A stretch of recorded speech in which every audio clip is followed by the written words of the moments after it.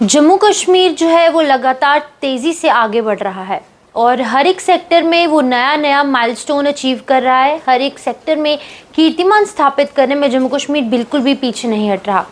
जहाँ पर education sector की बात हो, चाहे वो हेल्थ सेक्टर की बात हो, लेकिन अब जो है ई गवर्नेंस में जम्मू कश्मीर ने पहला स्थान हासिल किया है।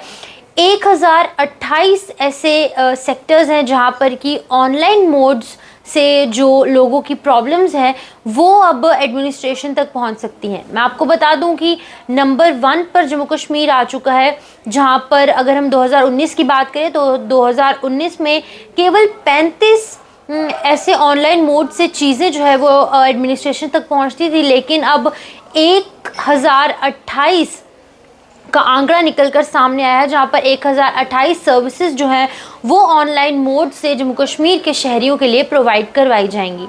और बहुत बड़ा आंकड़ा जो है ये निकलकर सामने आया है, जहां पर अगर अन्य स्टेट्स की बात करें तो फर्स्ट नंबर पर जिस तरह से जम्मू कश्मीर आया है, वहीं दूसरे नंबर पर मध्य प्रदेश आया है, जिसमें कि 1010 सर्विसेज जो हैं वो ऑनलाइन मोड से प्रोवाइड करवाई जाएंगी। वहीं तीसरे नंबर पर जो है वो केरला आया है, जहाँ पर 911 सर्विसेज ऑनलाइन मोड से लोगों तक पहुंचाई जाएंगी। लेकिन यहाँ पर जम्मू कश्मीर के एडमिनिस्ट्रेशन की ज़रूर सराहना करनी बनती है कि इतनी जल्दी, यानी जिस तरह से मैंने बताया कि 2019 में केवल 35 सर्विसेज जो है वो लोगों तक ऑनलाइन मोड से पहुंचती थी। बाकी जो लोग हैं उन्हें कहीं ना कहीं दफ्तरों के चक्कर काटने पड़ते थे, लेकिन अब घर पर बैठे हुए ही लोग जो हैं वो सभी काम अपने कर सकते हैं। जिस तरह से अगर अलग अलग सेक्टर्स की बात की जाए तो अब लोग घर पर ही बैठकर ऑनलाइन मोड से अपना काम जो है वो कर सकते हैं। जहां पर डिजिटल इंडिया की बात की जा रही है तो ये भी डिजिटल इंडिया के तहत जो है वो कदम कहीं ना कहीं एडमिनिस्ट्रेशन द्वारा उठाए जा रहे हैं। वहीं अगर हम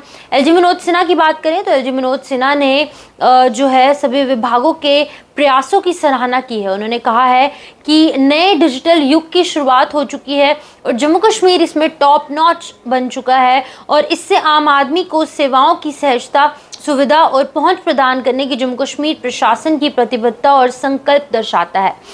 यानी कि अब जो लोग हैं यहाँ पर उन्हें अब दफ्तरों के चक्कर नहीं काटने होंगे और उन्हें सिर्फ अपने घर बैठे अपने मोबाइल फ़ोन पर ही कुछ भी दिक्कत अगर उन्हें आ रही है, चाहे वो पब्लिक ग्रीवियंस है या फिर कुछ उन्हें ऑनलाइन फॉर्म फिल करना है या फिर बिल पे करना है, तो कुछ भी काम हो, अब हम लोग जो है वो घर बैठकर 1028 सेवाओं का लाभ घर बैठकर उठा सकते हैं।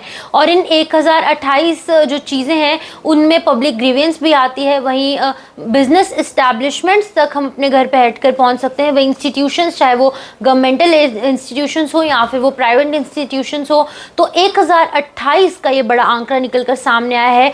1028 सर्विसेज का लाभ जो है अब हम घर बैठकर ऑनलाइन मोड से ले सकते हैं और इसकी प्रशंसा भी जो है एलजी मनोज सिन्हा ने की है। और ये अच्छी खबर कहीं ना कहीं जम्मू कश्मीर के शहरियों के लिए है कि अब उन्हें दफ्तर के जो चक्कर है वो नहीं काटने होंगे, घर पर बैठकर ही अब उनके सभी काम जो है वो हो पाएंगे।